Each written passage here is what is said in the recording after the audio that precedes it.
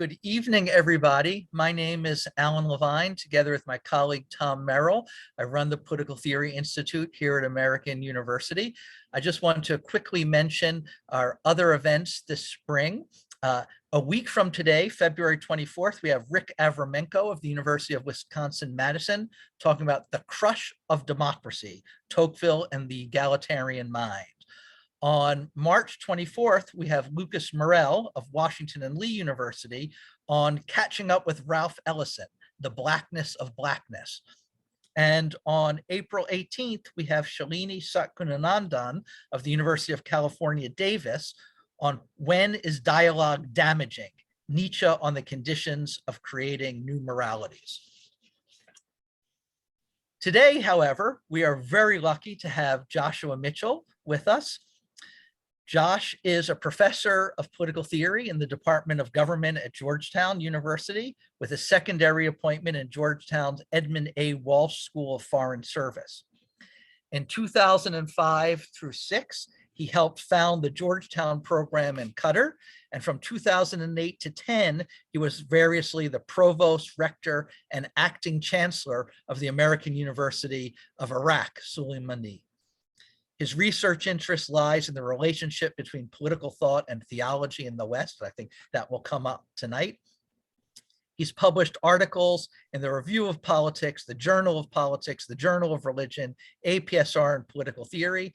And his books include Not by Reason Alone, Religion, History, and Identity in Early Modern Thought, The Fragility of Freedom, Tocqueville on Religion, Democracy, and the Future, the American Future, Plato's Fables, on the Mortal Condition in Shadowy Times, Tocqueville in Arabia, Dilemmas in a Democratic Age, and most recently, this book, American Awakening, Identity Politics and Other Afflictions of Our Time.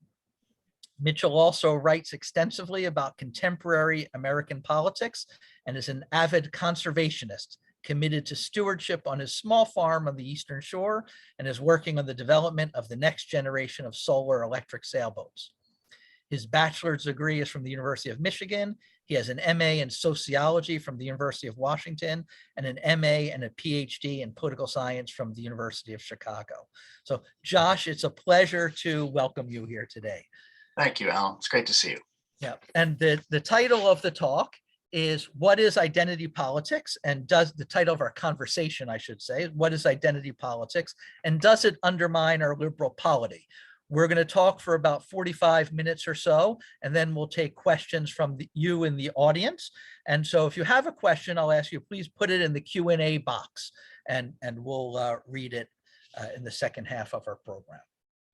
So our conversation today is drawing from your book, American Awakening, that is about identity politics. So Josh, just tell us what in a common sense way is identity politics? Well, first, I want to distinguish identity politics. I want to distinguish two uses of the word identity. So we often will say, I'm an American, I'm a Lebanese. And so one use of the term identity is kind. And so when I say identity politics is pernicious, people say, well, then you're going to have to get rid of any reference to kinds whatsoever. I'm not troubled by the substitute word identity for kind. So we used to say I'm an American, and now we say my identity is American. I don't think it's completely necessary, but I understand it. But that's not the sense in which I'm referring to identity when I talk about identity politics. I think identity politics is a specification of a relationship. It's a specification of a relationship between a transgressor and an innocent group. So for example, you could go online and find your intersectionality score, and there's a kind of a secular moral economy, so to speak, on the basis of which you can establish your intersectionality score. And you establish your score in reference to one particular kind, the white heterosexual male. And before we go any further, I hope you understand I have no interest in defending racial politics whatsoever. I'm just saying that's how it works in identity politics. Oh, okay. And, so, you know, I think that I've known you for 25 years, and one of the great things about you, Josh, is that you always have a fresh take on different things. Most people just say the same things you hear everywhere. You've always got a new perspective on things, and the thing with identity politics is that you see is this fundamental relationship to Christianity, and I want to go into that, but first I just want to do this other thing. So the title of the book, the subtitle of the book, is An Affliction of Our Time. So clearly you're not in favor of identity politics.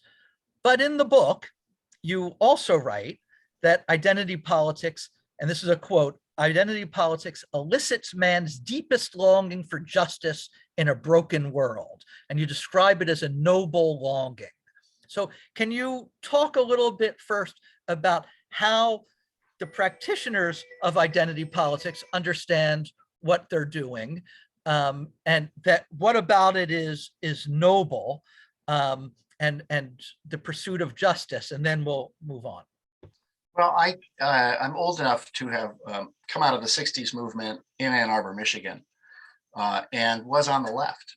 And I think what animated us back then was what I identified there, which is a longing for justice, often in Kuwait. I think it's the profoundest longing we have. It's Plato's Republic. It's the great question. The great question there is the question of justice. So I have at least that one sympathy with identity politics, namely, it speaks to the deepest longing that we have.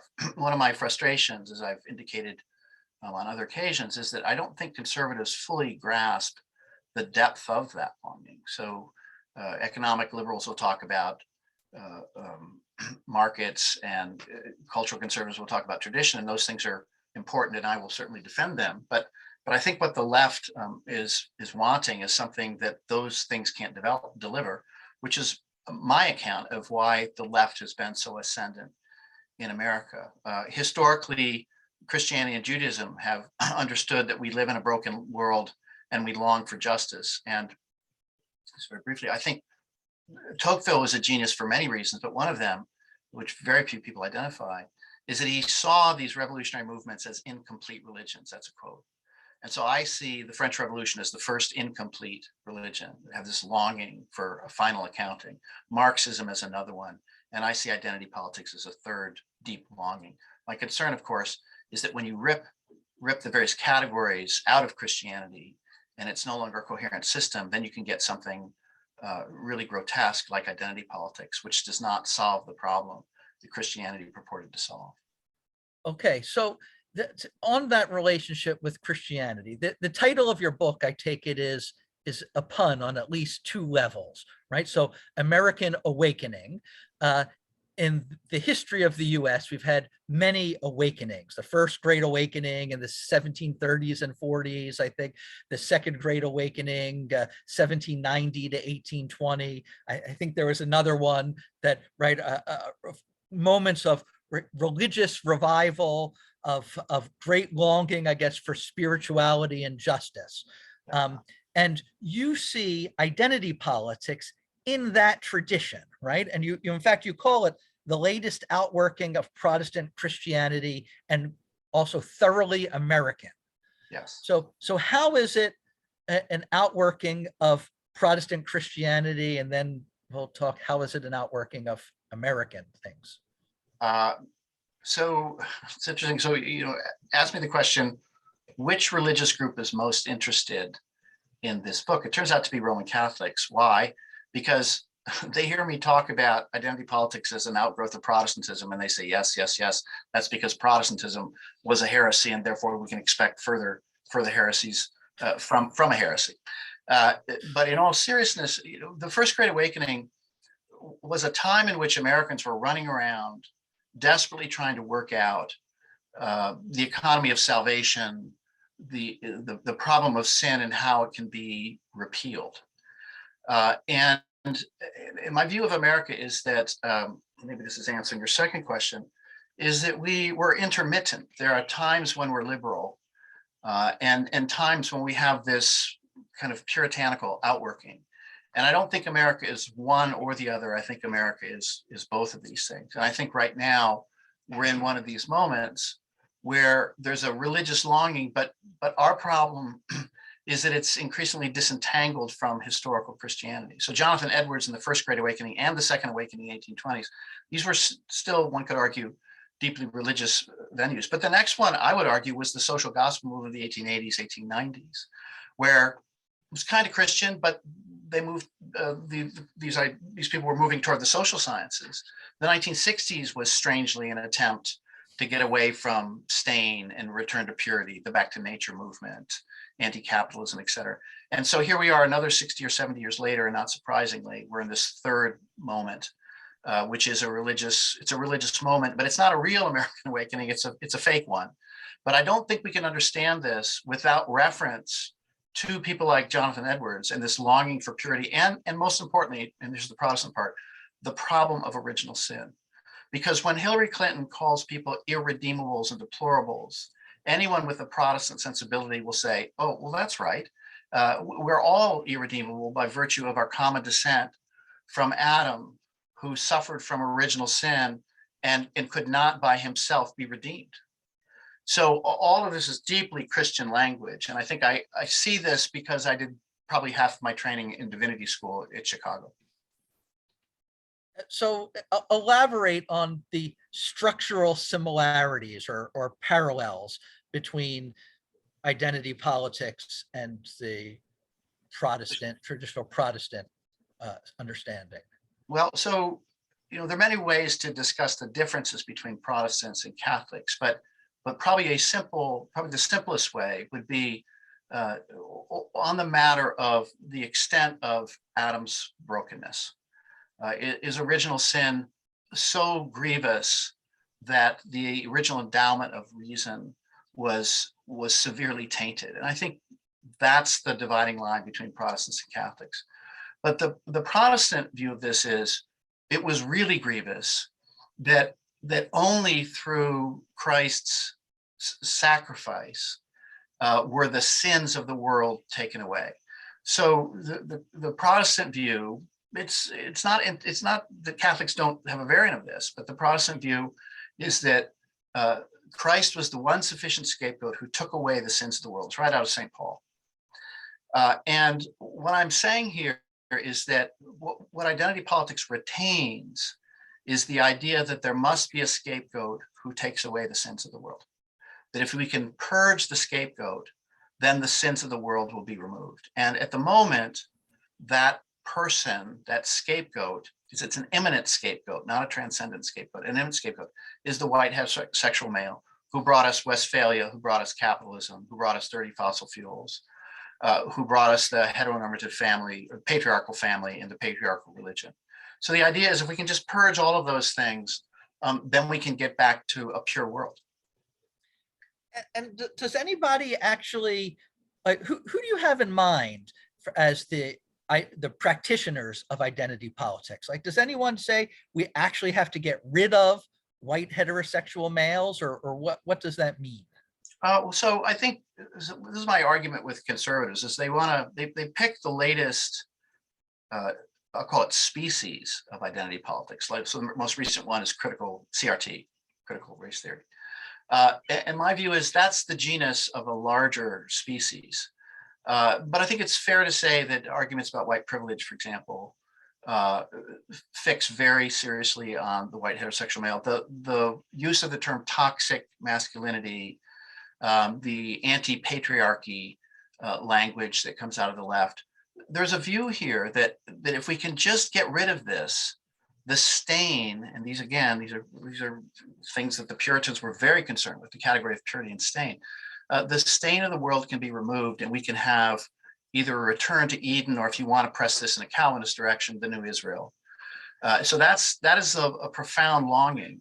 But the reason why it's a profound mistake is that if you have an imminent scapegoat, then once you purge him, once a younger generation of men falls off into pornography, or is silent, or drops out of college, which is what we're seeing now, in just tremendously high rates, and disappears into video games and things like this, the problem is not solved, because on the Protestant account, sin is original, which means it's always there. It can't be expunged by finding some external object that you vet your cathartic rage on. And so my argument is what you will see next after toxic masculinity is removed is the next scapegoat. And I think we're already seeing it. It's the meme, the Karen meme, I think is pointing in the direction of the next group to be scapegoated, which is white heterosexual women. But I think even the category of women is now suspect. If you press this even further, the category of women is an artificial category. It's a socialized category. And so you get language in congressional, the language in Congress now, which Pelosi has been pushing, is that we're not going to make reference to the term woman. We're going to talk about wombed persons, even in medical profession now. We're moving away from the very category of woman. This is a way of erasing a category. So the problem with identity politics is A, it doesn't solve any problems. It simply thinks that you can solve problems by scapegoating. And the second problem is that once you get rid of one scapegoat, you got to have another. And this will go on and on and on. And I contrast what I call the politics of innocence and transgression in the book with what I call the politics of competence. And my view is, we actually have problems to solve in America. And we're not going to solve them through this identity politics moral economy. And so I think the sooner we jettison it, the better.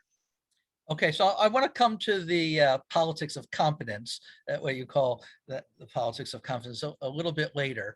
But I want to just clarify first. So are you saying that white males, white heterosexual males are in fact innocent? No. In fact, I'm very clear about this. I don't want to say that any group is completely innocent. As I say in the book, I have no interest whatsoever in defending white heterosexual males. Now, the alt-right is doing that. So please, I wish to differentiate myself from the alt-right. I'm saying that you can't, no one person is wholly innocent or wholly guilty. That, as Solzhenitsyn said, the darkness in man goes through every human heart.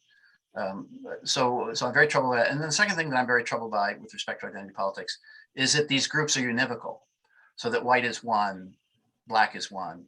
And I should be clear, it does so, it makes these distinctions with the view ostensibly of rendering visible those that heretofore have been invisible. So that if we discover a new identity category, like for example, transgender, you all of a sudden render a group of people visible who have heretofore been invisible. But one of the perverse twists of this is that because these categories are univocal, in fact, certain people can't be in a category. So if you're a black conservative, you can't be black. You're not black. Clarence Thomas is not black. He's actually doing the bidding of white people. So in the name of rendering groups who heretofore have been invisible, you make invisible people because these groups are supposed to be univocal categories, but they're not. Can you elaborate on that? The ways in which none of the identity groups is in fact a single whole? Well, so you've got the innocents and the transgressors, right? So if you're black, you have to be an innocent victim, but that is the reason why, because that is the self-understanding of identity politics. This is why people like Bob Woodson, Glenn Lowry, Jason Briley, should I go down the list, will never be on CNN because I'll put this matter as bluntly as I can, they're the wrong kind of black man. There's the right kind and the wrong kind. And this is what is so deeply pernicious about this, is that America, which is ostensibly committed to pluralism, and I am deeply committed to pluralism, we're not able to see the genuine pluralism in America. Diversity is supposed to reveal something which pluralism wasn't able to disclose. And I'm sympathetic with the movement for that reason. But if the consequence of moving toward diversity is that you make these categories univocal, and therefore a huge swath of these people, like black conservatives, can't exist as a category, then you have a big problem. You haven't solved a problem. You simply added a new one. Yeah, and in the book, you go through sort of all of the main categories and show the plurality within them. But yes. I don't know. Let's just pick one. White. Why is white why are all white people not sort of the same? Because if you know anything about American history, you know that in the 19th century, there were tremendous cleavages and animosities between what we now call white people. Protestants and Catholics, minimally. Irish and German immigrants suffered terribly. One part of my family is of German stock, and there's family lore going back to the early 1900s to late 1800s. The kind of cruelty with which these people were treated. They were not considered one of us, so to speak. Protestant Catholic, as I said, is a huge one. You really do have to be blind to history to believe that these groups are univocal in any way, and nor is Black unified. I mean, Thomas Sowell wrote a very famous essay a number of years ago called Three Black Histories, in which he said, no, there are three distinct groups of Blacks, and those three distinct groups are still with us. So it's a What are they? What are they? The three groups? I remember the two of them. One were the lighter skinned Caribbeans, and then there were two specific groups within the darker skin. I don't remember which one they were, but they came from three distinct regions, three distinct histories.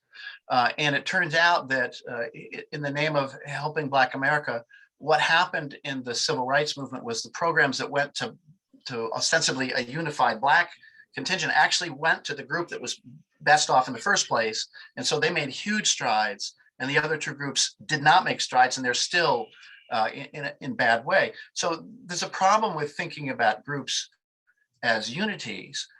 I do not wish to pretend that there aren't groups in America. The phrase I often use, which I don't think I used in the book, is just enough liberalism, by which I mean we have to have some modest commitment to the idea that we aspire, even if we don't ever fully achieve equality under the law and equality in social settings. But part of my family came from Lebanon, and there are many members of that group that came over in the 1890s in Worcester, Massachusetts, that still remain there. And all of us who have, for lack of a better word, ethnic backgrounds, that we know that these groups are still important. So I think one of the wonderful things about America is that you can have some measure of group plurality, but it can't be decisive. And to invoke Bob Woodson's wonderful words, so if there are groups that are enclosed, the answer here is an integration. Bob says, I think he's right, the opposite of segregation is not integration, it's desegregation, meaning we ought to set up a society where people can leave the groups that they feel comfortable with if they want. So I'm not saying we should pretend these groups don't exist. I just don't think you can build a society when you've got cheap accounts of the univocalness of these groups. And what about the fact that, let's say, okay, so Irish and Italians and Germans and Lebanese, when they came to this country, they were excluded and oppressed, but then they were able to, join the dominant group.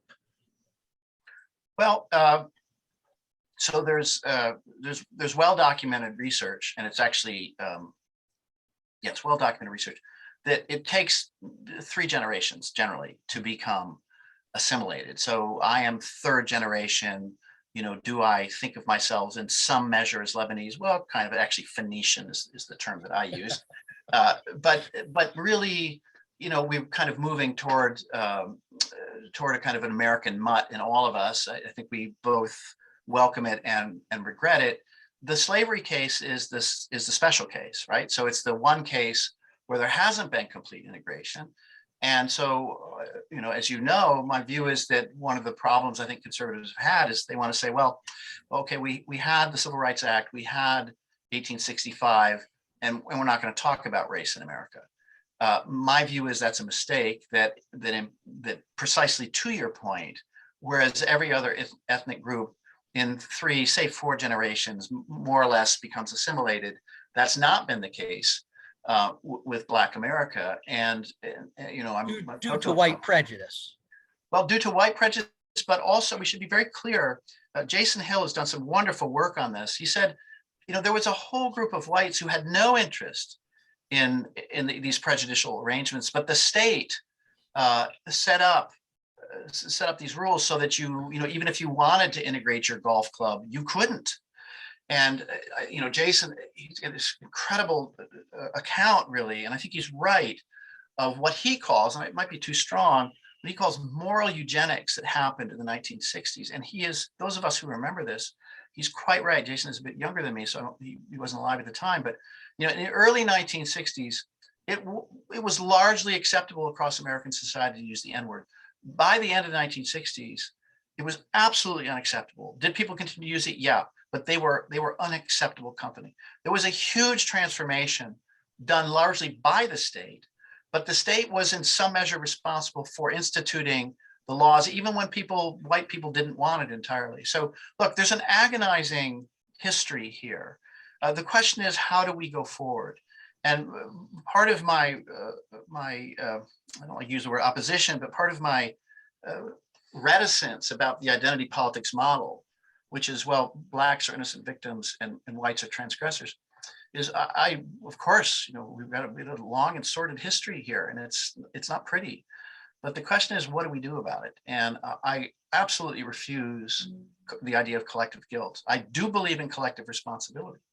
I think even if you came here, what's the difference that you're making there? Collective guilt is you're white, you're guilty, you can never atone for this.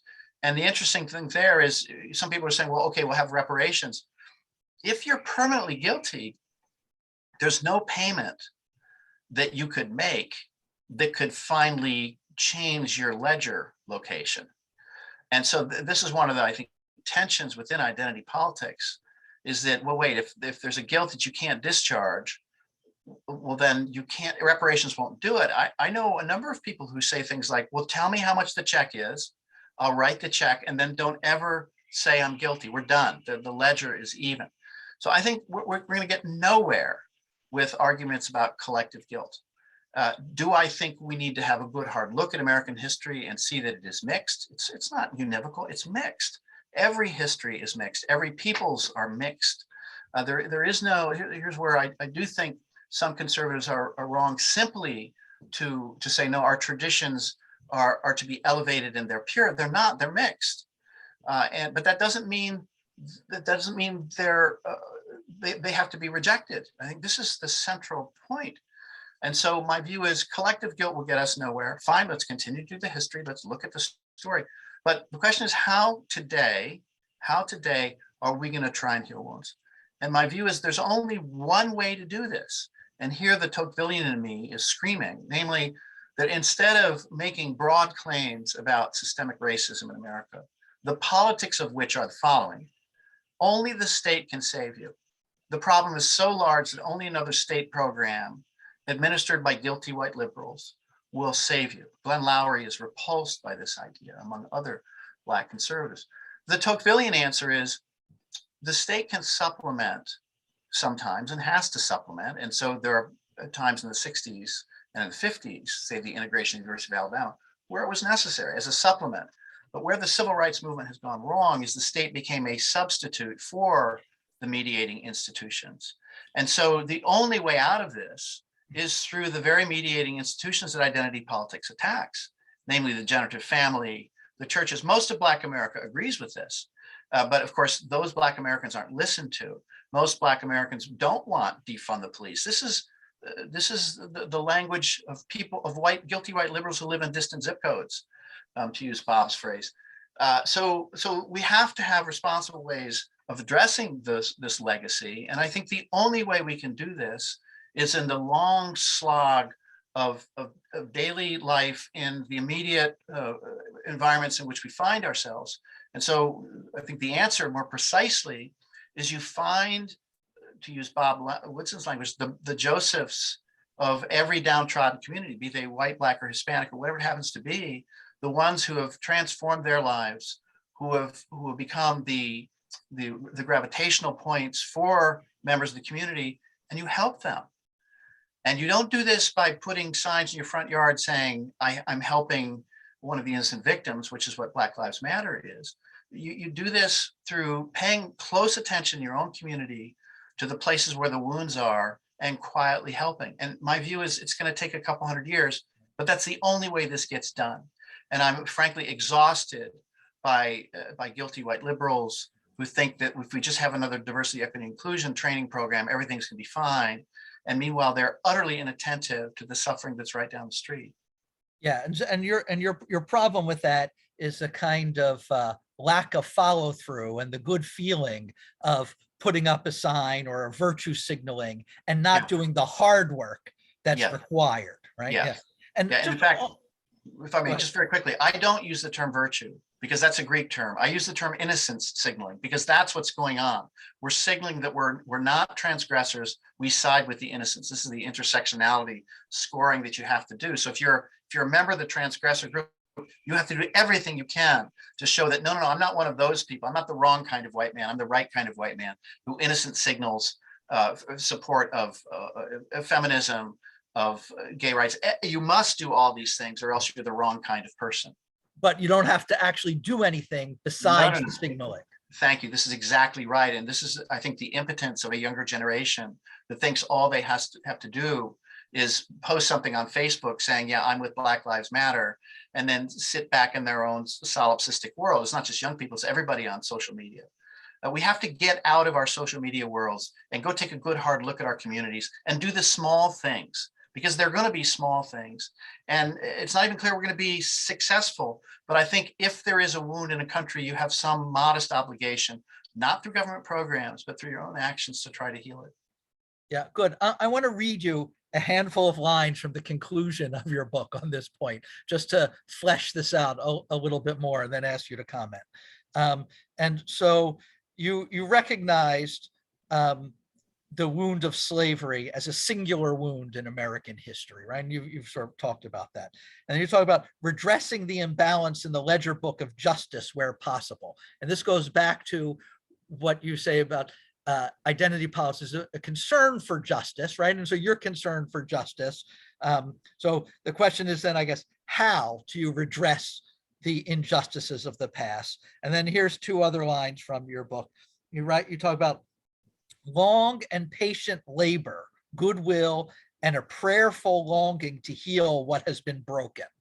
That's one line. And then in another place, you talk about friends, being friends, the relationship of friends in every arena of society, working to pursue common goals, that wounds are healed by doing, that there are no shortcuts. Yeah, so there's many things I should say about that. So I think we're looking for shortcuts. I think to be human is to look for cheap shortcuts. And the cheap shortcut is identity politics. Well, I'm a transgressor. These are innocent victims. We need more state programs for the innocent victims. I don't think it solves any problems whatsoever in doing that. Why not? Why can't that work in your view? Because human beings must take responsibility for the situation in which they find themselves, knowing full well that there are difficulties that you're going to be faced with. So there's a very famous story. I believe it's Joe Louis, first Black boxer. He was in the locker room, and his trainers and others around him said, "But Joe, you're fighting a white guy, and the judges are all white. How can you stand opposed to this? You're going to lose." And he said one word: TKO, technical knockout. In other words, you have to knock him out. Every immigrant group, every group that comes through and is not initially welcome, cannot succeed by saying, "Woe is me." You cannot do it. And I'll be the first to say that Black America has had systemic, it's been very, very difficult for Black America historically to succeed in the way rest of Americans have. However, one of the things that happened in the 1960s, which I think is very important for us to recover or to fix, was that the history of Black success, Black businesses, Black families, all of this was erased because the narrative now has to be slavery, Jim Crow, today systemic racism. That is the narrative. And Bob Woodson and I wrote an op-ed piece for the Wall Street Journal on the occasion of Martin Luther King Day last year. And what we noted was, if you look at the history of Black thought in America, while there are huge differences about how to address this problem, some thought you need to go back to Africa, Others thought you needed to be loyal, Booker T. Washington. Others thought you needed to stay, but be strongly opposed, Du Bois. But what united all of these groups was the belief in Black agency, that they could do something about it. What is so deeply despondent about identity politics, and the 1619 Project in particular, which is a species of this, is that it makes a moral claim, and it's an anti-Tocquevillian claim, which is that you can't do anything with your friends, with your families, with your local communities to make life better. Only the state can save you. And in my view, this is deeply, deeply pernicious.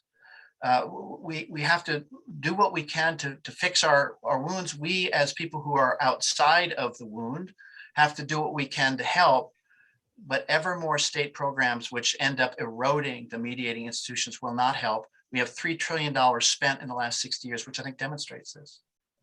Isn't that an exaggeration to say that they only want the state to do things, right? Because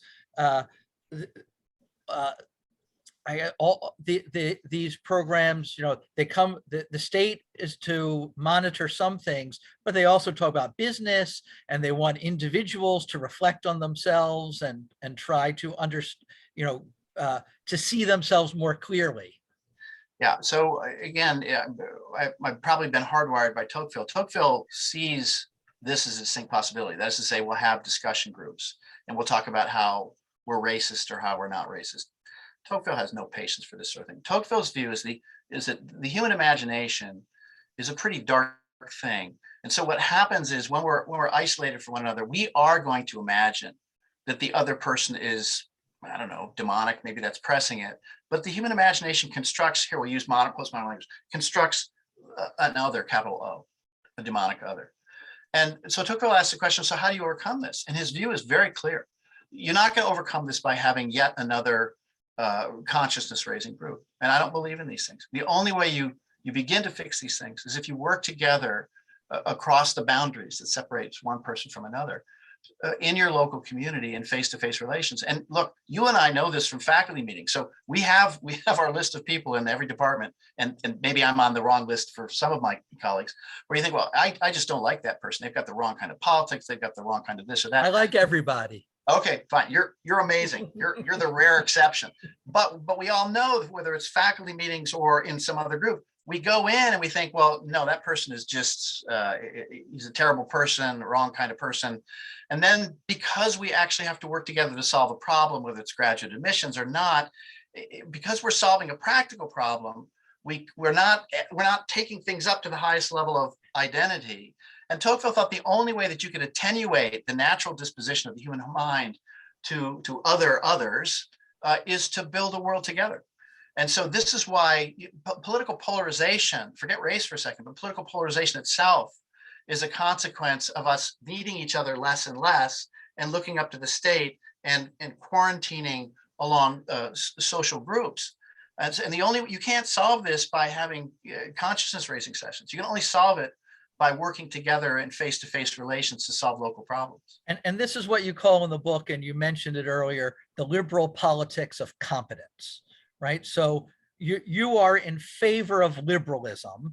And what you like about liberalism is that it takes people who are different, who are maybe start off as strangers to themselves, and ask them to come together and work together. And the process of working together demystifies the other and the horrible things that they thought, oh, this group was like that. When they actually deal with someone in that group, they say, oh, that person's actually, pretty reasonable, and vice versa, and all of that. That's exactly right. So one of the reasons why I'm very nervous about my conservative friends saying, well, let's figure out what the American identity is it's precisely the scenario that you just raised. My view is that everyone who is legally here in America is an American. Okay, so take a good hard look at the people you do like and you don't like.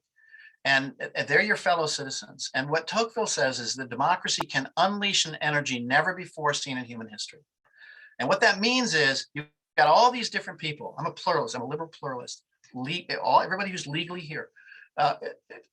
You've got all these people who bring to the table stuff that they think they know and stuff they don't even know. And so let's get together in these face-to-face relations and let's see what we can do. we don't even know what we can unleash if we work together. So that's my view of what a liberal America could be. But let me say one more thing. So I used to be involved in the kind of liberal communitarian debates where liberal was characterized as the deracinated, disembodied self.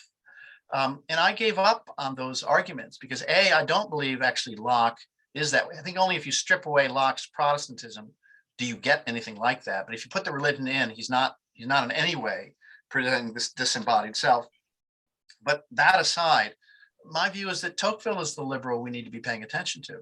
And Tocqueville saw exactly this problem of the lonely, isolated, disembodied self. And that's why he thought what we must do on every occasion is be thrust into a world together to develop what he called self-interest rightly understood, which is that form of self-interest formed in and through relations with others. So insofar as we strip away all the mediating institutions, we lose the competence of developing friendships, of knowing what a family is, of the give and take of ruling and being ruled that's involved in every group. We lose, it's only in these mediating institutions that we can build this ineffable competence that we need so that we can work together and not just imagine the other as a demonic other. Yeah, let me just encourage people in the audience to submit questions about anything we're talking about or not talking about that you think we should be. And go back to mediating institutions. Can you elaborate on that? What do you mean by mediating institutions where people come together and work together? So Tocqueville's theoretical genius is the following. What he saw was that in the aristocratic age, you had the one, the few, and the many, the king, the nobles, and the rest. And he asked the question, as you move from the aristocratic age to the democratic age, what does the structure of society look like? So he says the king becomes the state, the many, well, they're still the many. And his great question was, what lies between, what mediates between the state and the many? And his argument is, if you don't have some functional equivalent of the aristocratic mediating class, then you're going to produce a kinder, gentler despotism at the end of history, because people will not count on each other, look to the state to solve every problem. So his answer to the aristocrats who were saying there's nothing redeemable in democracy, his answer was, well, if we get to equality and servitude at the end of history without mediating structures, then you will be right. However, if we're able to fill out this mediational space, if we have and defend families, churches, civic institutions, friendships, the give and take of human life, that's not the lonely, isolated individual, and it's not the state, that all that mediation life, if we do that, then we'll produce something that human history has never seen. But it has to be done in face-to-face relations. Okay. Now, so as opposed to looking at things primarily through identity, I think you prefer to look at things through the lens of class. Is that right?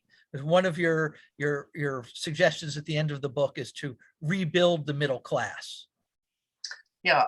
So I do think the middle class is the place where you have enough, but you don't have too much, and you don't have too little. And we need to be able to have families be supported probably by one income. Don't know how you're going to do that, but and you need to have a property. You need to have safe communities. If you don't have those things, you can't develop competence. You can't develop citizens capable of self-government. So I do think we need to focus on the middle class, but I don't think there's an easy answer to this problem. I think this is the problem that has to be worked through. I think the Trump administration, I think Trump understood that it was the problem, but it is not clear to me at all that we have on the right or the left a clear way of thinking about how we can re-energize the middle class. It's not clear to me that tariffs do it. It's not clear to me that that free markets do it. It is, I think, the problem that if we don't solve, we're going to have growing class inequalities. Okay. And you mentioned this. Well, I'll just ask a few more questions. But you referred earlier to the alt-right, and you use in the book, you use the sort of the alt-right in two different senses, if I followed it. And the main way that sort of normal Americans use the phrase is like with Richard Spencer and his group, and that's sort of like white supremacy, and what white is going to be on top, and white is good and the others are bad, and which you describe as a form of identity politics, as just sort of reverse identity politics. Yes. But then there's a deeper kind of alt-right, which I don't think is identity politics, or is it identity politics that you talk about? So you can talk about the two kinds of alt-right. Yeah. So far I've given some indication that I'm fixed on Tocqueville's categories, but I will say I'm also haunted by Nietzsche. And what Nietzsche thought our problem was when he was writing the 1870s, 1880s, our problem, meaning the crisis of the West, was that the West had thought it had renounced Christianity. Christianity built Western civilization. The West thought it had renounced Christianity, but in fact was still working with the categories of Christianity, even if Christianity itself wasn't intact. So his famous line is, "It is the church and not its poison that offends us." It's extraordinary insight. Us meaning we enlightened secular liberals.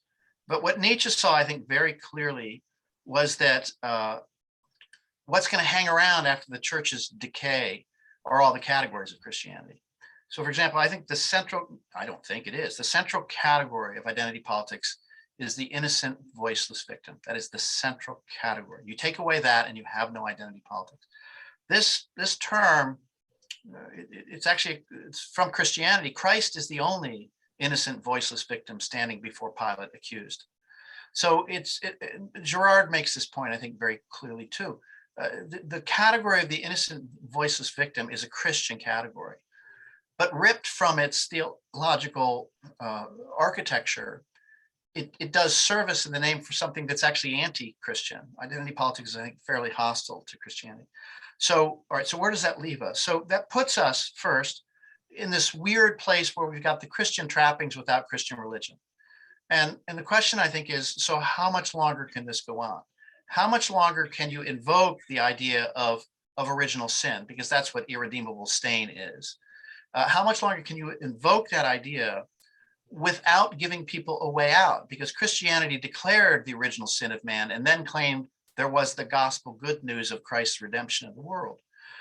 But if you keep the guilt and you don't have the redemption, what happens? So one, we can keep going and the weight of guilt can grow, and whites in America can become more and more guilty about slavery, but we do nothing about it. And Europeans can become more guilty about the Holocaust, colonialism, and 2 world wars, which is, I think, the reason why you've got the European Union. It's not an economic union. It's not a political union. It's a public statement of atonement for what nations did over 3 centuries. That's what it really is. And therefore, it has to be understood in terms of identity politics.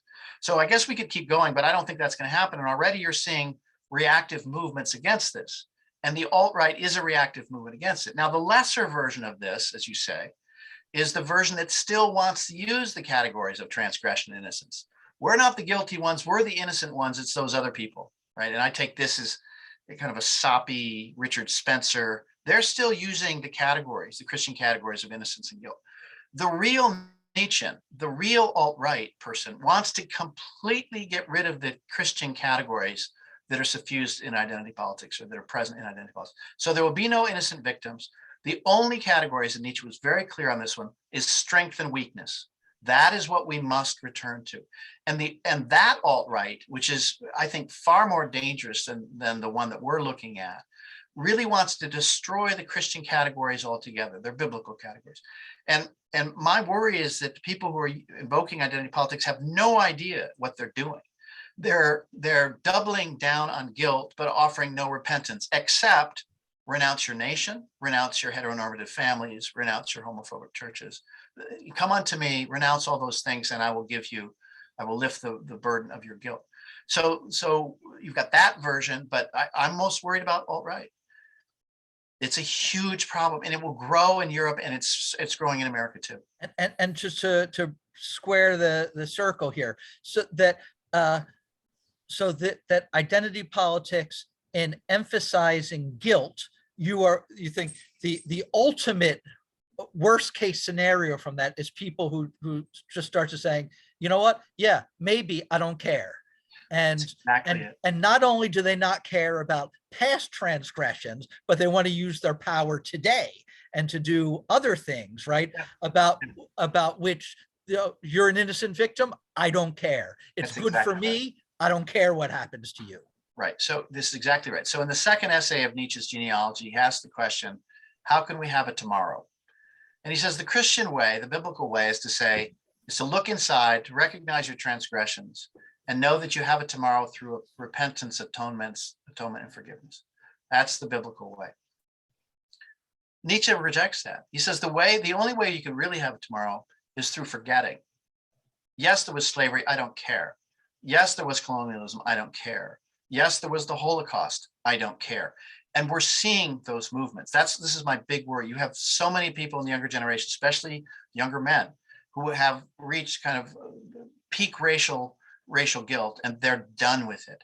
And I actually, as I said at the outset, I'm not wholly,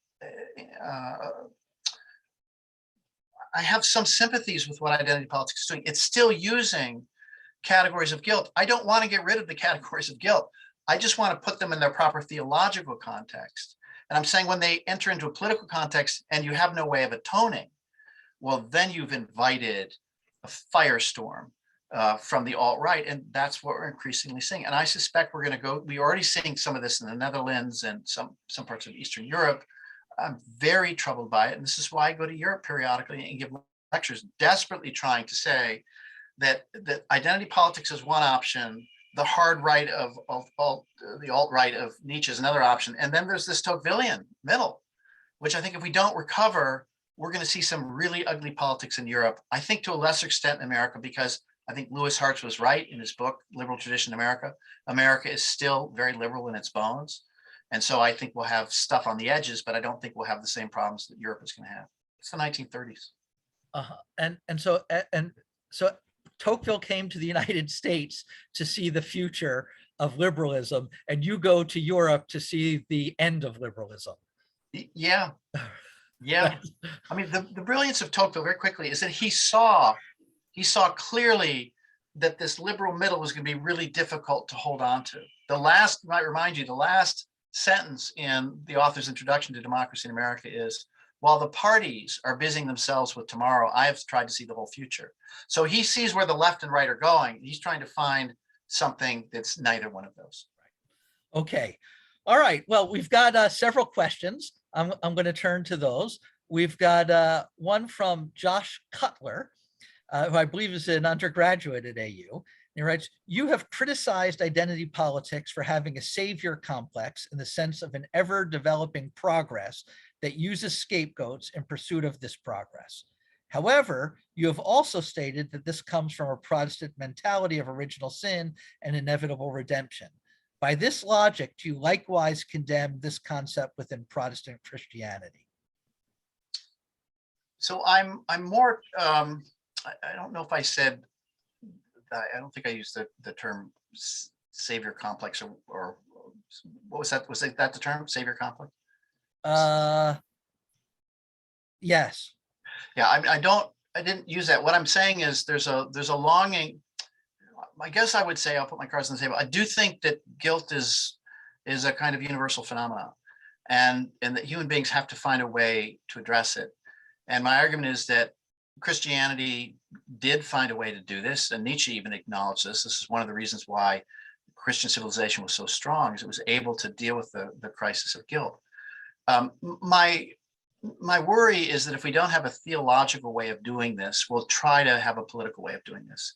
And I don't think the political way does this, because you end up simply positioning yourself on a moral continuum. This is the intersectionality score. And then you leave it at that. So people of color, this is a horrible phrase, because it presupposes that there's white people and people of color. In other words, the people who are not white have this thing in common. I mean, this is really horrendous, because what they would presumably have in common is that they're not white, they're opposed to whites. And yet, as I indicated in the book, Hispanics and Blacks and Asian Americans, these are different groups of people. They're not united in opposition to whiteness. So I think when you try to build a world around this intersectionality score and allocate resources on the basis of it, you're not going to solve any problems. One other thing, Al, if I may, very quickly. The question for me is, how is it that this identity politics thing, where according to which we only need to think about innocence and transgression, has stepped in at all? And my argument is, after 1989, in a way, world history was suspended, that every nation had to think about competence, or else they would die, because there'd be wars and you would not develop the technology and you would die. So it's only in this instance of American hegemony, where we could give up on never-ending competition and competence building, that you can have identity politics. And so the question is, how does this come to an end? And I think one of the ways this comes to an end is when China becomes, when we see China as the threat that I think it actually is, which in other words is saying world history starts up again, America is not the hegemon, and we have to start evaluating people on the basis of competence, not on the basis of their innocence category. Okay. We have a question from an AU undergrad, Andre Benoit. Do you believe diversity of representation is a positive? So I'm very nervous about these terms, diversity, equity, inclusion. Let me explain why. Because they're really close to the stuff I think is important.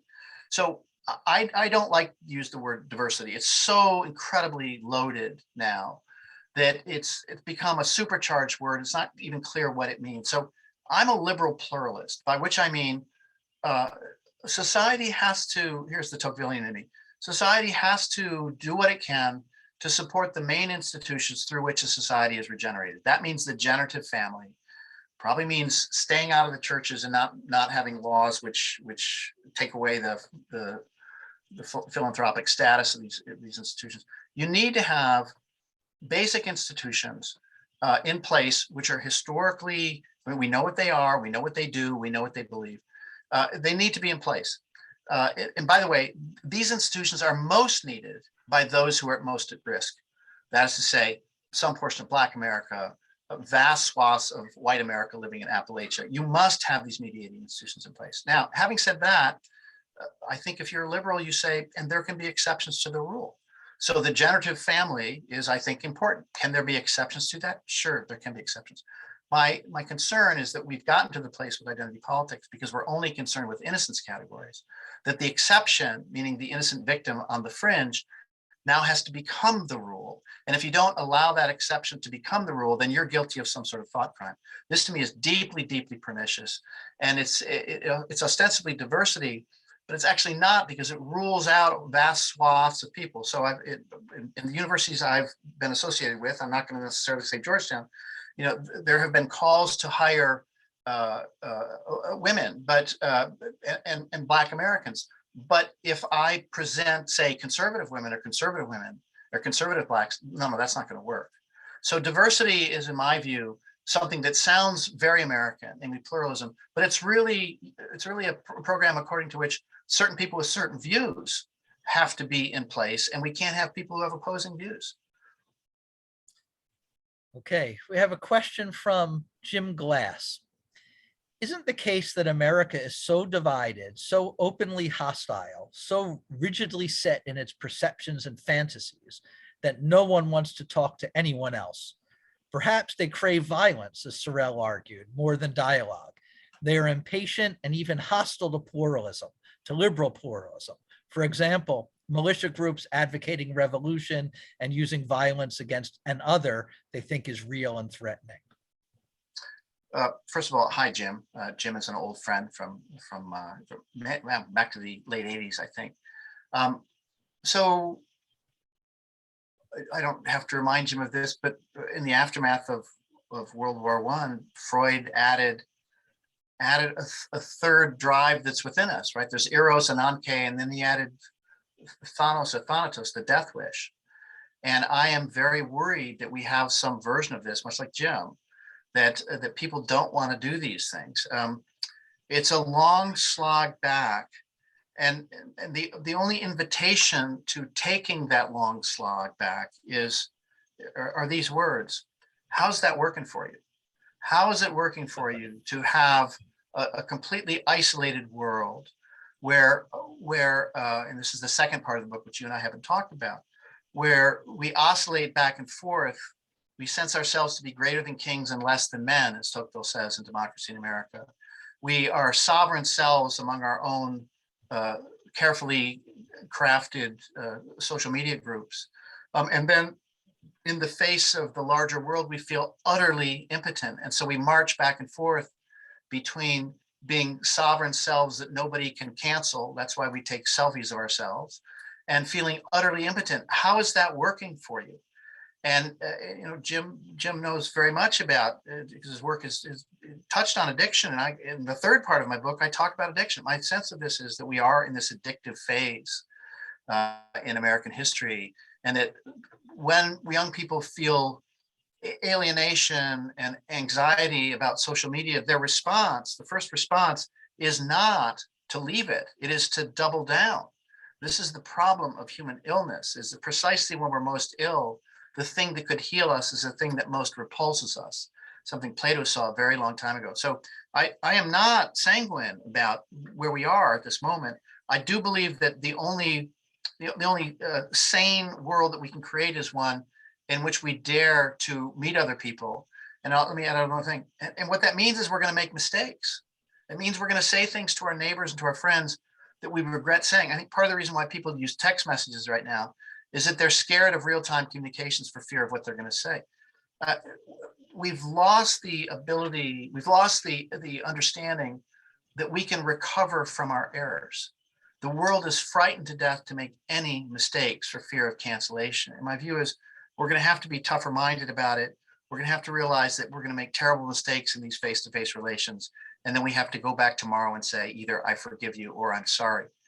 None of this face-to-face stuff works unless we've got the moral courage to do those things. And I'm not sure we do. Okay. Big sigh there. Two questions about education. I'll do them one at a time. The first is from an AU undergrad, Parita Govil. How does identity politics speak to a larger crisis in our education system? One scenario you raised in the conversation was young people superficially posting on their social media accounts that they support BLM, but just leaving it at that. Is there a way in which students can be educated that would serve to remedy such a problem without using the absolutist standards of social justice? Well, the higher education crisis is a huge one. And for the longest time, I would say to my friends and colleagues, no, we can fix this within higher education. I'm not sure right now. My father was a professor and would tell stories about what happened in American universities in the 1950s, which was a kind of cancellation of people on the left. And so one way of looking at this is we're in this cycle right now, kind of madness now, identity politics madness. It was anti-communist madness in the 1950s. So some of this just has to die down. I would invoke Burke here, if you'll give me a minute. So I think one of the most beautiful sections in Burke's Reflections on the Revolution of France is where he distinguishes between the excellence of simplicity and the excellence of composition. It's extraordinary insight. And he says, if you're operating under the excellence of simplicity, there's one problem, and there's only one problem you have to face. And everything else is collateral damage. So more recently, COVID-19 is the one. We don't have to worry about jobs. We don't have to worry about people losing their homes. We don't have to worry about disruptions of the supply chain. We don't have to worry about inflation. No, one problem. And then identity politics is another one. We just have to look at identity. If we could just look at identity and solve that problem, then everything's gonna be fine. Or carbon dioxide. If we can just get reduced carbon dioxide levels, we'll save the planet. Well, that on that last one, that is the most ridiculous thing you can imagine. If we're going to destroy our planet, it will be from the heavy metal contamination that is associated with building all this green technology. Solar panels and wind generators require incredible trace rare earth minerals, which are mined in China. It's an environmental catastrophe. It destroys the enzymatic systems within the body, within all animals.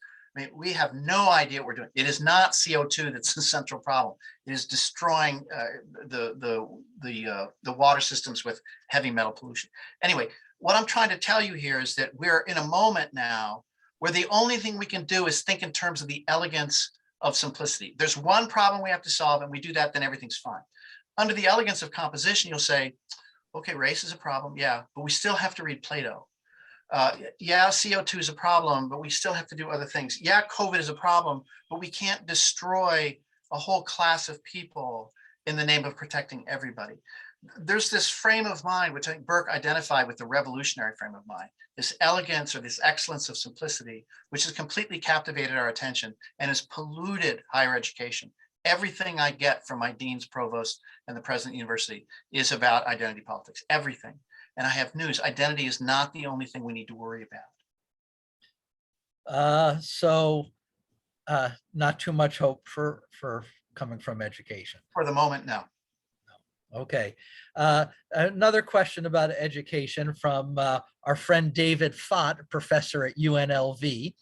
His question is, what is the best way for a college or university faculty member to try to persuade a colleague who is an advocate of identity politics of its wrong-headedness?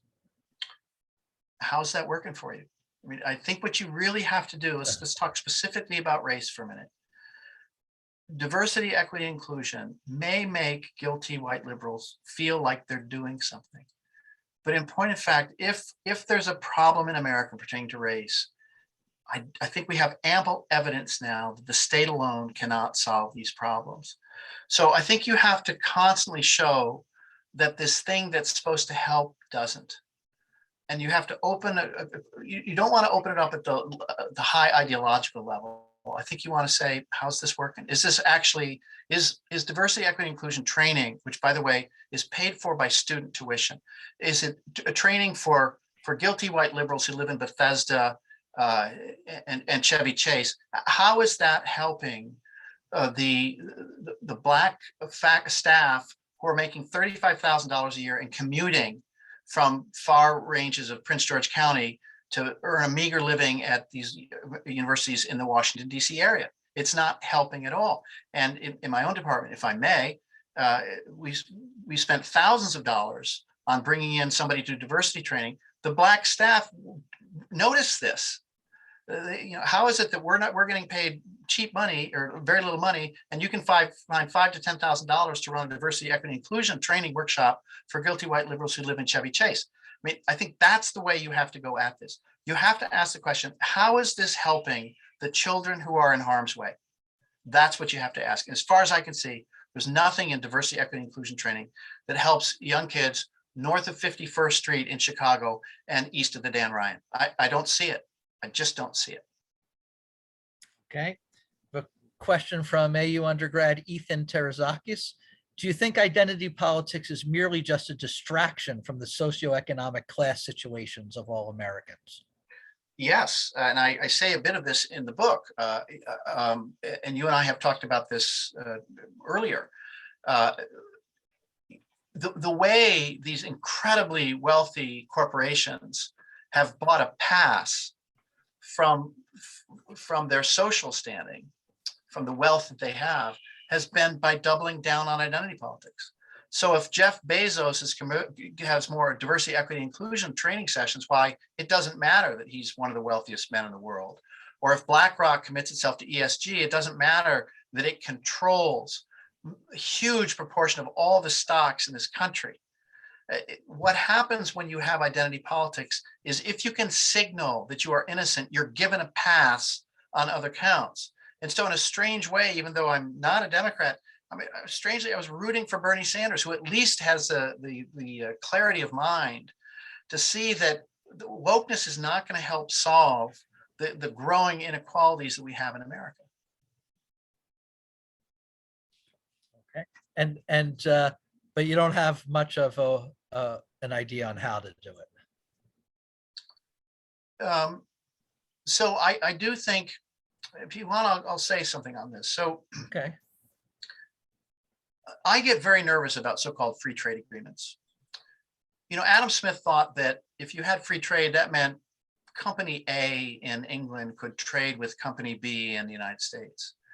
But free trade agreements aren't free trade agreements. They're in effect barriers to entry agreements, because what they do in their many pages is stipulate various conditions under which trade could occur. And it's not by accident that these trade agreements are written by corporations who have a big stake in this. And so if they can establish what the barriers to entry are, they in effect preclude other companies from getting involved in free trade because they don't have, for example, the back office legal team to be involved in the high level of compliance that's necessary. And so these free trade agreements, these so-called free trade agreements, aren't free trade agreements at all. They're agreements which allow very powerful corporations to continue to dominate the field. Okay. We've got a question from a university president, Alan Drimmer. Tocqueville talked about the perils of individualism, something you have referred to as a social delinking. You point out that we've seen re-enchantment movements in the 19th and 20th century addressing the shortcomings of individualism, which seek to relink people. Do you think that identity politics is a new form of re-enchantment, or is it different? Well, it is a form of re-enchantment in the following respect. Its hope is that by identifying, by finding the scapegoat who's responsible for the sins of the world, and I've said to you, I can give you the list, right? So Europeans gave us the Treaty of Westphalia, gave us capitalism, gave us dirty fossil fuels, gave us the heteronormative family, gave us the homophobic church. If we can get rid of those things, then we can return to Edenic paradise. Remember, Adam and Eve were thrust out from the garden into a world of impurity. And I think the longing of identity politics is to return to a world of purity. And the way you do this is you identify the transgressor, which has brought the impurities of the world. So in that sense, it is a re-enchantment movement, yes. Okay, thank you. I have a question from AU undergrad Jansen Washington, also on Tocqueville. Hello, you discussed Tocqueville and his fear of individualism, making people strangers to each other, and the need for people to come together through civic institutions. Have you considered John Stuart Mill and how his ideas and on liberty discuss the need for difference of opinion and freedom of individual from authority? Do you think John Stuart Mill aligns with your ideas of liberal competence or inhibits it?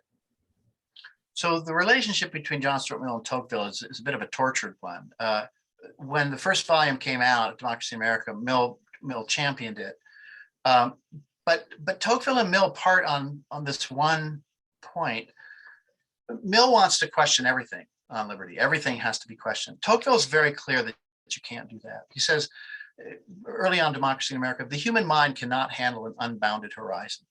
And so his answer to the disembodied freedom that Mill in a way advocates, but certainly which the left advocates, is that we must have what he called salutary obedience. And so he thought what we had to do is to be tethered by the various mediating institutions. Was he worried that you would end up getting a kind of homogeneity of opinion?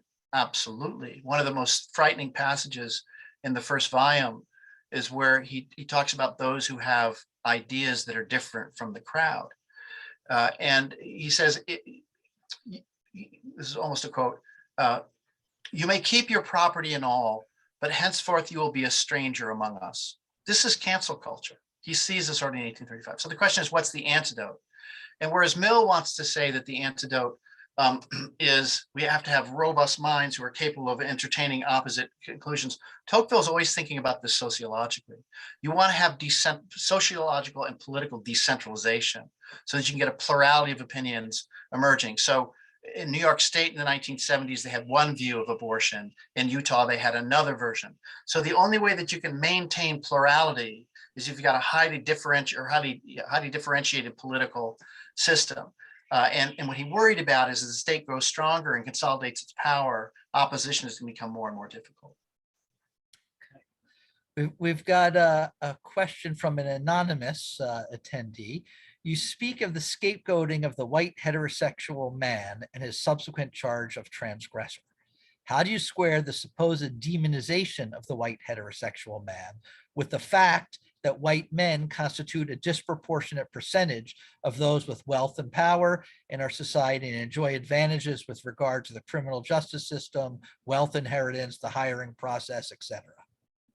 Well, this is a variant of Kendi's argument. If there's any differentiation, it must be because of racism. I'm sure that there's some of that. I just don't know how it can be proved, and I'm very, very nervous um, about the implications of the question, which is a kind of radical leveling of the sort that Kurt Vonnegut ultimately suggested in you'll remember, Alan, the short story in which there had to be a kind of equalization.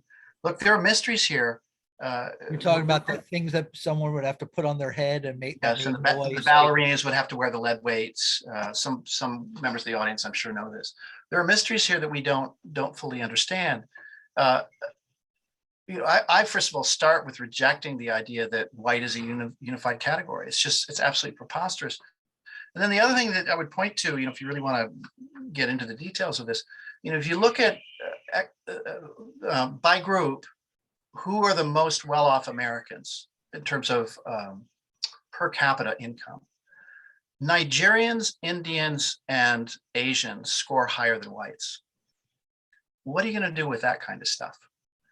If there's systematic racism, how could the Nigerians possibly be among the top 10 wealthiest groups in America? So I just don't think it's helpful at all to go in that direction. My view is we're looking for a quick shortcut on the basis of which we can figure out justice. You know what? How people get to the positions they're in, it's just not clear. There's luck, there's moral fortitude, there's accident. I'm not going to go into stories about my family, and everybody has these stories, and we're desperately looking for a very cheap way to figure out the mystery of human life and the mystery of justice. My view is a deeply Tocquevillian one, which is, let's take a look at what we have. Let's aim, as Tocqueville thought we should aim, toward a decent egalitarian society with a strong middle class, and do what we can to help those who are on the way up. I don't think it's in any way helpful to have this cheap moral economy in which you simply categorize people in terms of their innocence or guilt. Okay. Question from Richard Procida. Is identity politics causing the division that is driving the attack on democracy in America and in other countries around the world?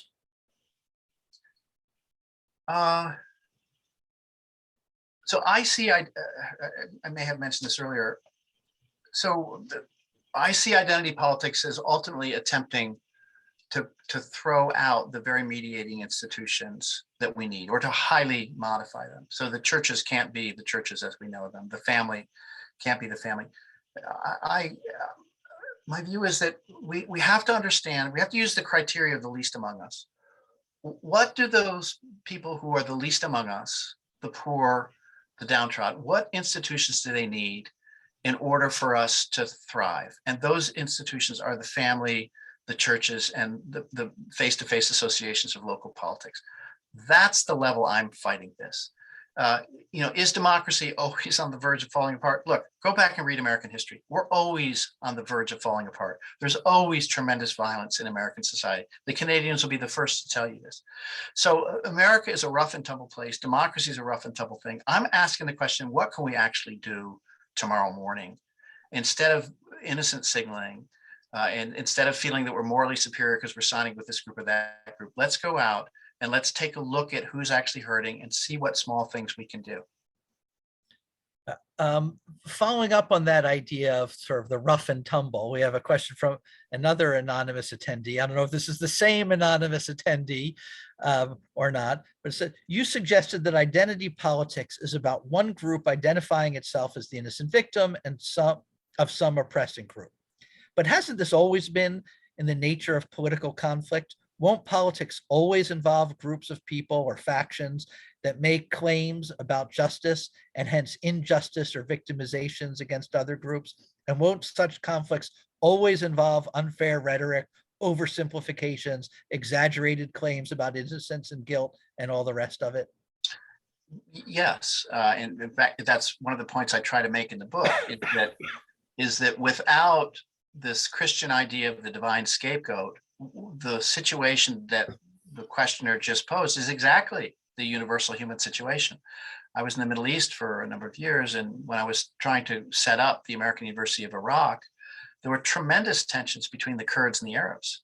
I completely ignored what group my staff was from, but it turned out that I literally could not build the university because there was such hatred, such scapegoating between these groups. What I'm suggesting here is the astounding achievement of Christianity was to suspend or diminish that for a time, or enough so that we're able to check the impulse to scapegoat other people and say, no, we are these things called citizens. And the only way we can do this, I think, is if you have some understanding that the problem of sin is so great that scapegoating another group won't work. Now, the catastrophe of Christianity was that this thing that it learned, and here I'm to the questioner before here, and here I'm sympathetic to it. You've got this fantastic insight that you can't scapegoat another group to solve your problem. And so the Christians get this, and yet the racialism within Christianity, I mean, I hope you see the irony, the agony of this, that in a way Christians violate their own deepest insight through racialism. But I'm saying that this Christian achievement, which I think is frankly at the root of liberal pluralism, this is why the Protestants, it's not by accident that Protestantism, which has this radical view of sin, gives us this understanding of divine scapegoat, according to which we could have what I call just enough liberalism, where group identities are still intact, but they're not going to be decisive. My argument is, as that Protestant synthesis, or as the Christian's understanding of the divine scapegoat disappears, what happens, and now I'm back to what your second anonymous questioner was noting, what happens is we have a return to the so-called natural condition of a kind of group barbarism, cathartic rage vetted from one group against another. We don't move from Christianity to secularism. We move from Christianity to a return to pagan cathartic rage of one group against another. And that's what I think is happening around us right now. Okay. You referred to this earlier. The second half of your book, you deal with two other problems. And I want to just invite you to talk about those a little bit, and the similarities with identity politics. And as I understood it, the fundamental similarities you see, these sort of, each of the three are shortcuts, unjustifiable shortcuts. I almost thought, that if you didn't have your religious bent, the book could have been called Shortcut Nation. Yeah. And I actually toyed with something like that toward the end. Most people want to talk about the identity politics portion, but I think the second and third portions are just as controversial, and I think frankly compelling. So in the second portion, I deal with what I call bipolarity or manic depression, and I say that this is not simply a medical problem. We might be able to deal with it in a small way through medicine, but Tocqueville saw this long ago, that when you get the lonely, isolated people, what you're going to get is the sovereign man who also feels himself to be impotent. So this oscillation back and forth between thinking that you're unstoppable to thinking that you're utterly impotent, this is a consequence of the breakdown of social relations. And only by being tethered, I come back to that word, to other people are we able to attenuate that oscillation that goes back and forth. The third piece is, I think, actually in a way the most interesting, and I think this will actually be the piece that survives the longest of the book. My argument is there's a whole set of phenomena I use, from drinking water bottles to fast food to giving up on generative relationships and simply having sex, driverless cars, the state becoming a substitute for the mediating institutions rather than a supplement. The problem of the relationship between justice and mercy. Anyway, a huge range of questions which can be subsumed under the heading substitutes and supplements. So very briefly, Rousseau saw this and Plato saw this in book 3 of the Republic. So if you're a weightlifter, you can take a supplement and it will help you, it will amplify your strength. But if you decide you're going to turn that supplement into a substitute and just have protein powder and not have a meal, then that's not going to work. You can be a courageous warrior and put on weapons as a supplement to your courage, but you can't turn those weapons into a substitute for courage. You can have Facebook friends as a supplement to real friendship, but you can't make Facebook friends a substitute for real friendship. And what I'm suggesting is that everywhere we look, we're practicing what I call substitutism. And the hard work of being a human being and living with others is being bypassed by this addictive high that substitutism gives us. And so, yes, we can solve the problem of identity politics. Maybe we can put religion, identity politics categories back into the churches. Maybe we can do that, but we would still have these other two immense problems in front of us. America is sick right now. And what I tried to do in American Awakening was to show the nature of that sickness and to suggest a path back to health. And that's the earlier I referred to one meaning of American Awakening, and that is the echoing of the Great Awakenings in U.S. history. And Yes. this is, and the other meaning of American Awakening, that you're trying to awaken us to our sicknesses. Absolutely. Yes, that's what I'm doing. But we do have a question about the second half of the book from Will Spicoli. I was intrigued by your analysis of modern psychological and medical ailments in the preface of American Awakening. Do you worry that our unphilosophic modern medicine will trace our psychological angst to biological illness, not a disordered society? Was Huxley prophetic in imagining Soma as the replacement for the Eucharist? Mustafa Moln's line, Christianity without tears, kept coming to mind as I read your preface. So Huxley haunts me more and more. Because what Tocqueville saw was that at the end of history, you could have this gentle tyranny, but he still saw that the human soul would oscillate and be unhealthy. What Huxley does is he shows how you can solve the psychological problems of living a lie against yourself through medication. So yes, I'm very, very worried about this. I'm not going to tell anybody to stop taking their medicines. But what I am going to say is that a certain level of anxiety is actually healthy, that it's announcing to us that there's a problem in the way that we're living. And I think so many of our problems are actually living problems, not brain chemistry problems. Tocqueville saw this in the 1830s. What we call bipolarity and manic depression is a necessary consequence of living in this disenchanted democratic age. And Tocqueville thought the only cure, or rather ameliorative, because there is no cure, to be human is to have this problem always with us, is to build a world of face-to-face relations. And that would make life tolerable, sometimes even joyous. But if we don't do that, then we're going to have a kinder and gentler despotism at the end of history with everyone on manic depression drugs. Okay, thank you. I've got two more questions. This is from AU undergrad JP Villasmeal. How willing should we be to consider illiberal mechanisms and protection of a culture that upholds liberal competence? I'm not there yet. When people tell me, well, there's still problems of race, there's still problems of, and then pick your list. My response to this is, show me why, tell me why the mechanisms, the constitutional mechanisms we have in place and which were used in the Civil War, which were used in the Civil Rights era, show me why those mechanisms can't be used to address the problem that we have.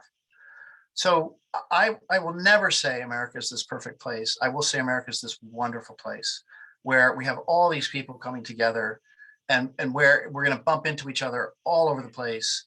And there are problems that we see now that we're probably not going to be able to solve for 100 years, but we still have the constitutional mechanisms in place to be able to address them. That's my biggest worry, is that both on the right and the left, there's an attempt to say, well, we have to move to illiberal mechanisms. I'm not there, and I don't think I ever will be. Okay. Last question from AU undergrad Nicholas Paris. Although identity politics are a major issue, wouldn't simply not mentioning them and not allowing their power to override the exchange of ideas be a more viable path forward? So the answer is yes, but the problem is, if you can't solve the problem of guilt, then it will penetrate into your everyday relations. That's my point here, is that if you can't resolve the problem of guilt within the religious institutions, it spills over into politics, and we literally can't see each other as competent fellow citizens engaged in a project. We can only see each other in terms of this moral economy of transgression and innocence and your intersectionality score.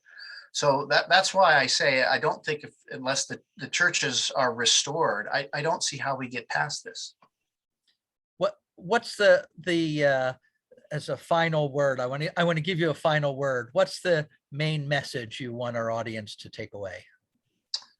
Well, you gave it a moment ago, that we're looking for shortcuts, that to live in the democratic age and to live as a decent, responsible human being, there are no shortcuts, that the shortcut of identity politics is to prematurely identify what another person is and not stand in awe and mystery in the face of a person that we can't really understand, that is to say the other.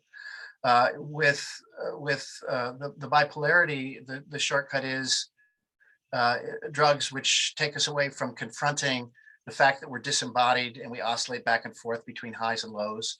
And then with that last third of the book, we're looking to turn supplements into substitutes, and we don't want to do the hard work of making friends, of developing courage, of developing competence. Well, thank you very much for joining us today, Josh. My pleasure, Alan. Provocative as always. My pleasure. Good to talk with you. Bye, everybody. Thanks for coming out.